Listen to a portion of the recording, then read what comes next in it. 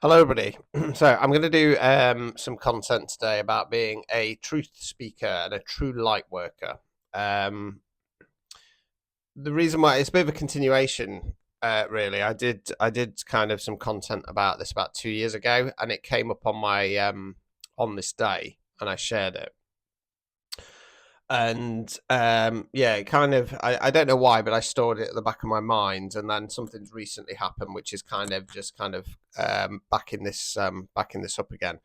So this is kind of a message for, I suppose it's more for light workers, or that being disrespectful, low ranking light workers.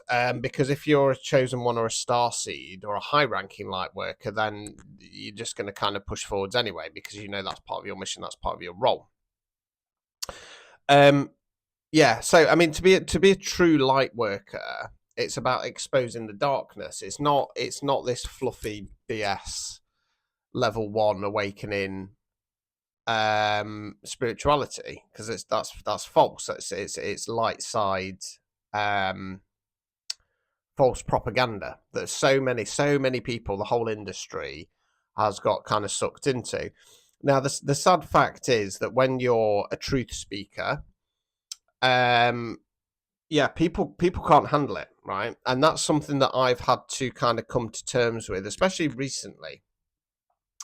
Now, I've said for some time with my content and with my readings, I'm not for everybody. I'm a niche reader, etc., etc. And I've had to come to terms with the fact that the majority aren't ready to hear what I have to say. So my role as a reader and as a content creator and a preacher, if you want to call it that, is to try and get through to the people who can kind of spread this message, if you want to call it that, in their own way, to the people who aren't ready to hear what I've got to say.